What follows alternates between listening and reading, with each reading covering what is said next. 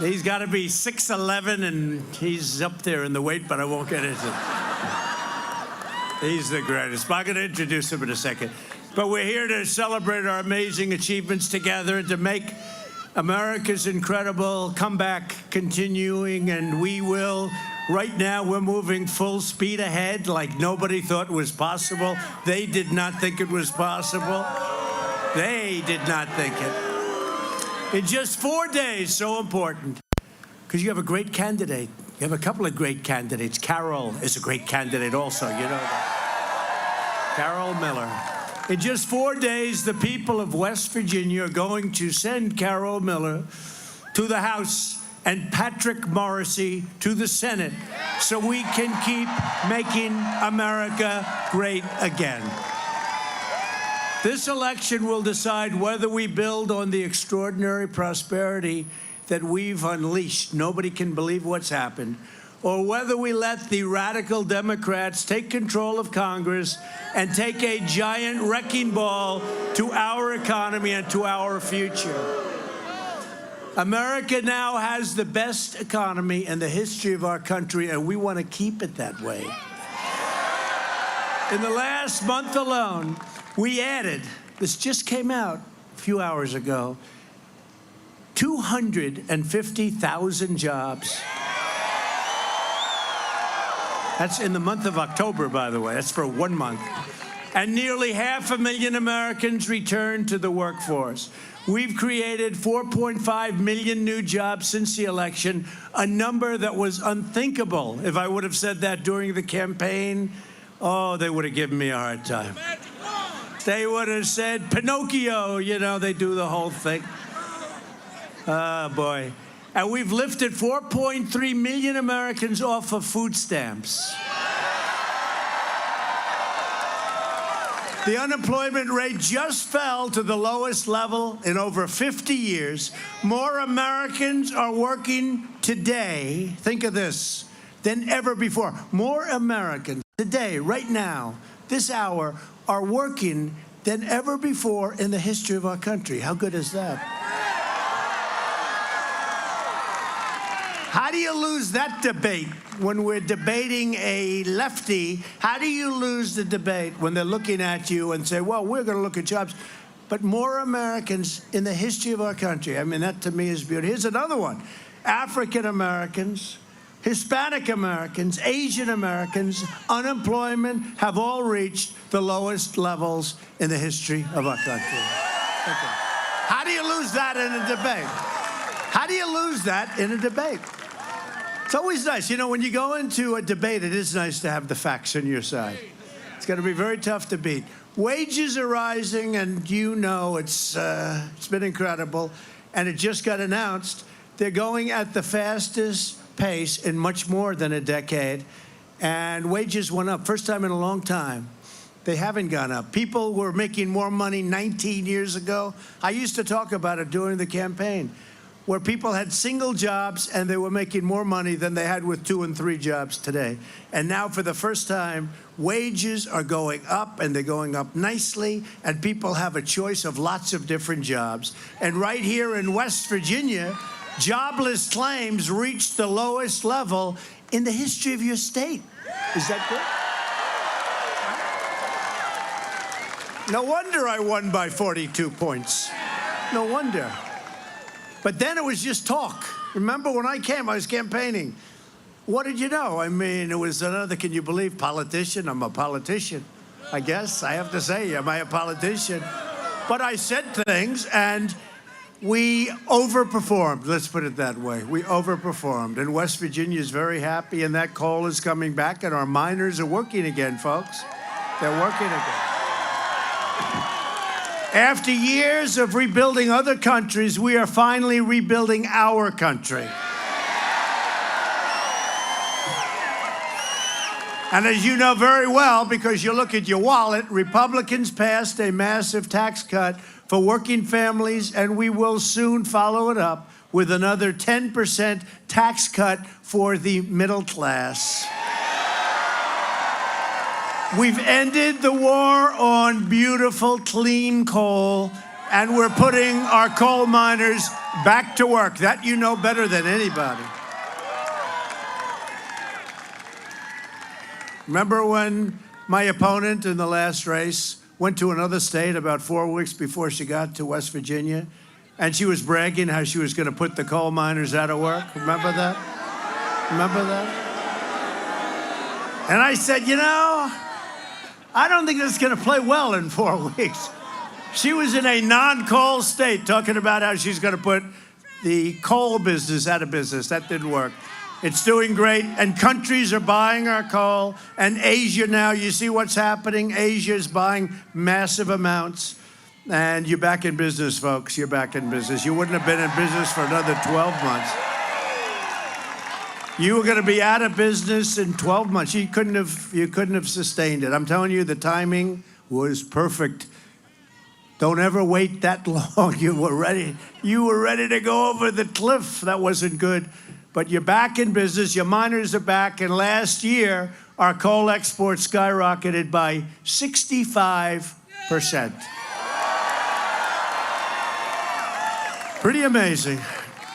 Under Republican leadership, America is booming. America is thriving. And America is winning like never before, because we are finally putting America first. It's been a long time.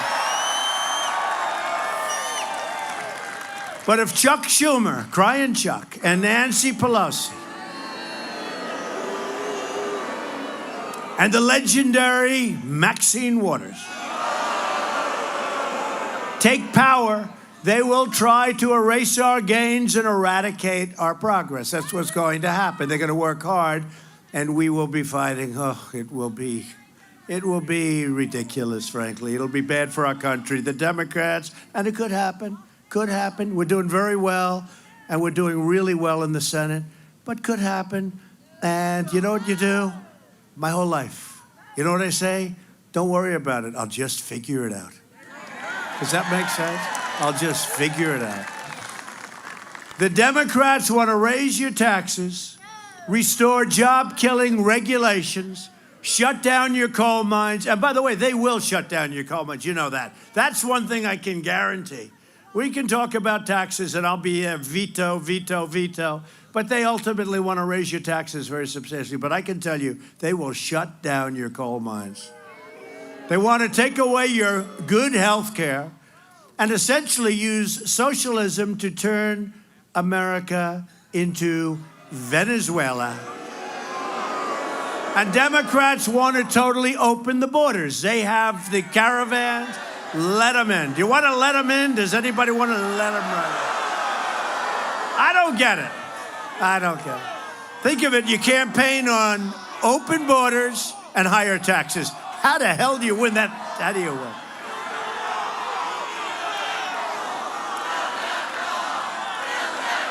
You're right.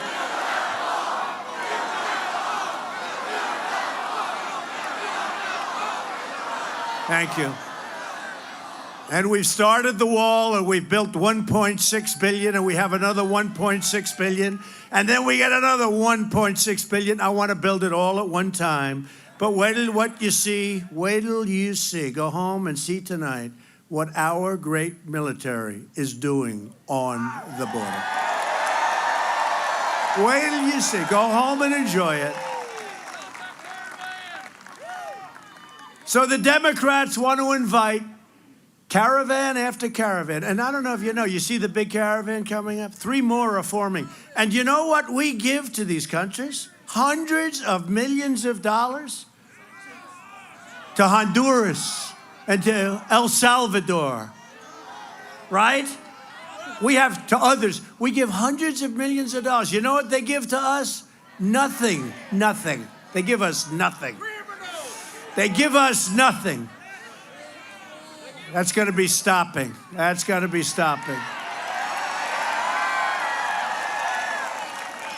But caravan after caravan is forming. Unvetted illegal aliens trying to flood into our country on your dollar, overwhelming your schools, depleting your resources, and endangering your community.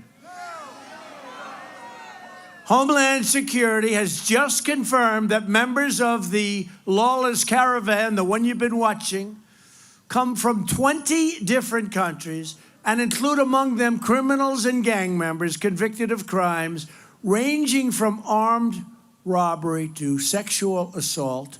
And I don't know if you saw the one, they interviewed him yesterday, and he was asking for a pardon. And didn't speak English, and the nice young, I guess, reporter was saying, oh, you want a pardon? And what was it for? And essentially it was for murder. He wants, and he's in the caravan. This is what we have. And he looked, you know, you look at him, he looked nice. He looked nice. No, murder, right? You saw that. Good. I hope you saw that. And then they gave me a hard time because I put it up on Twitter. And they gave me a hard time. They said, you shouldn't be doing that. That's not nice. And I say, all I'm doing is just telling the truth. What can I say? Republicans want strong borders, no drugs, no gangs, and no caravans. The choice in this election could not be more simple. A Republican Congress means more jobs and less crime. A Democrat Congress means more crime and less jobs. That's pretty good. That's nice and simple. Doesn't get simpler than that. So this Tuesday, you have to go out. I know in West Virginia, you tend to vote on Tuesday more so than, I guess you can do the early thing, but everyone here likes to go out. Me too. There's something nice about, it's called Election Day, right? We're all old-fashioned. That's why we get along. That's why we get along. But you have to go out on Tuesday and vote. And I'll tell you, Patrick's going to be fantastic. And you know what? He'll always vote for us. Not for me, for us. He's not going to be voting with Schumer and Pelosi and open borders and all the things that they want. And we're honored to be joined by a friend of mine who I just mentioned before because he is one great gentleman. You know, he's a very, very successful man before he did this. And he did it, and he made a mistake. He ran as a Democrat, and he didn't like it. And now he's a happy man, and the Republican Party loves him. Big Jim Justice, your governor. Where is Jim?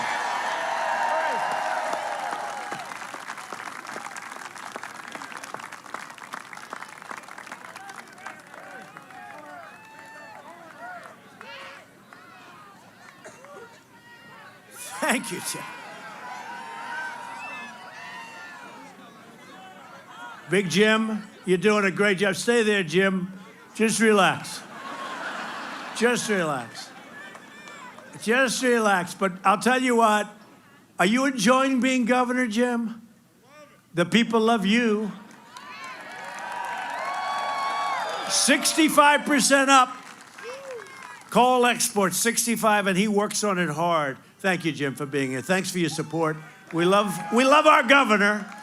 Thank you, Jim. And another great friend of mine, somebody that has always been there, just always been there. And she is a fighter.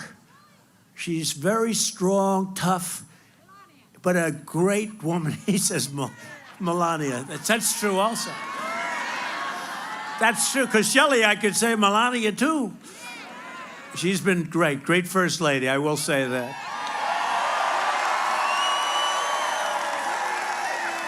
And if you think it's easy, being a first lady and married to me, it's not that easy. She's fantastic. But Senator Shelley Moore Capito, where is Shelley? Thanks, Shelley. Great job. Really a fantastic job. I appreciate it. Always there for us, always wanting to vote for West Virginia. Also joining us is Tim Armstead, who is running, as you know, for Supreme Court, a man who's highly respected, and I just want to put a little word out. He's going for that extension. You know what an extension is. I guess you do a good job. You're supposed to be extended, and he has done. So, Tim, wherever you may be, where's Tim? Good luck, Tim. Good luck, Tim. Thank you, okay? And Jim specifically said, do you mind doing that? He's a good man, right? He is a good man. Thank you, good luck. Do you have any opposition, any strong opposition? That's not strong. It's opposition, but not strong. Nobody gonna beat you, Tim. Not after this, anyway. Thank you, Tim. But I'm especially proud to introduce the next person who has really become close to me, and he is a bundle of energy. He doesn't stop. You know, he's tied right now. They're tied in the polls. It's very close. It's very close. And I have to say, I like Joe. The problem is I'm just not going to get Joe's vote. I'm just not going to get it. I like him. He's a friend of mine. I'm just not going to get his vote.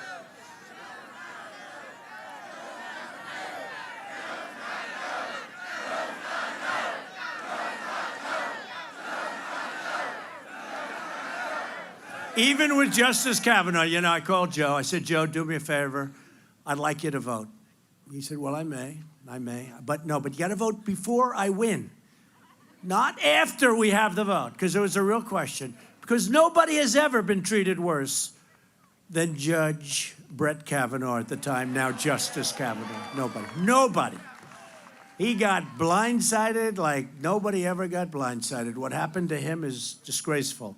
And what the Democrats did and the way they played that was a disgrace, right? A disgrace. And Joe said, I'll think about it. No, I'll think about it. I said, Joe, I don't want you to vote after we get the votes, because I didn't know we were going to have the votes without any Democrats. We didn't get one Democrat vote. So I said, Joe, I need the vote like today. This was a few days before the vote. Well, let me think about it. I want to wait. Okay. Because there's nobody smoother than Joe, you understand? Huh? There's nobody smoother than Joe. And no, he's much smoother than Schumer, actually.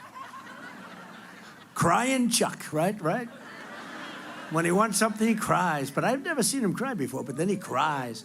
But Joe said, all right, let me think about it. And then it came time to vote.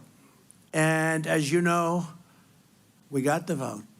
And when that final vote was just coming out, Joe waited about 1/10 of 1 second. Now it means that Justice Kavanaugh was going to be Justice Kavanaugh, right? We had all the votes, so we didn't need Joe's vote. And he pressed that button.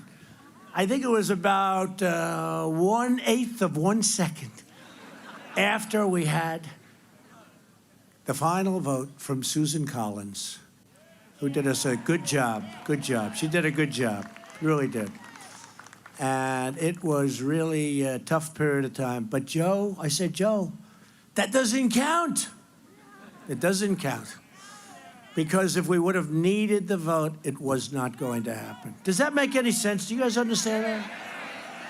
I said, Joe, do it before we have the vote. I think we've got the vote. Do it before we have the vote. And he said, let me think.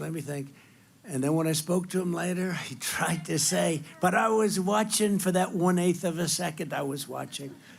But he didn't do it. And I'll tell you what, Patrick Morrisey, I've built up your coal business, and it's going to get a lot better, by the way. As much as you're doing and as good as you're doing, if you look at what's happening, if you look at other countries wanting our coal. And I'll tell you, Vietnam, which buys a lot of coal from West Virginia, do you know that? Vietnam. I was with the Prime Minister and the President. You know, when you're when you're the President of the United States, I went to Vietnam. I went to various places in Asia. But when you're the President here, you're not greeted by a President.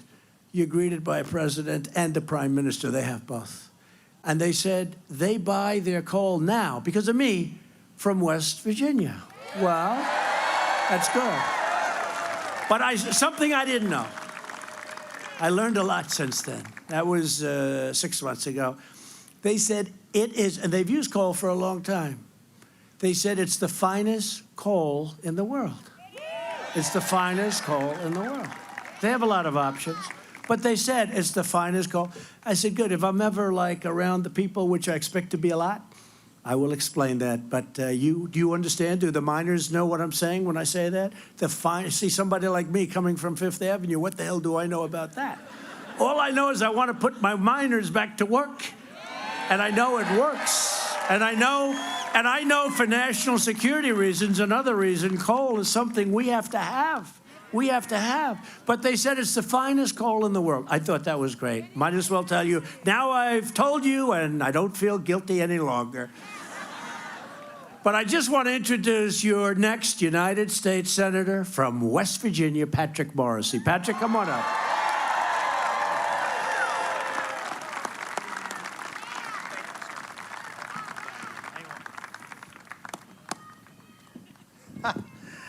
Wow. Isn't this president making West Virginia great again? Thank you, Mr. President, for coming back again. I have to tell you, last night I had a debate with Senator Joe Manchin. And you know what he said? He attacked, get this, he attacked me for supporting President Trump. Well, I will never apologize for defending President Trump, nor will I kneel to the altar of Hillary Clinton, Chuck Schumer, or Nancy Pelosi.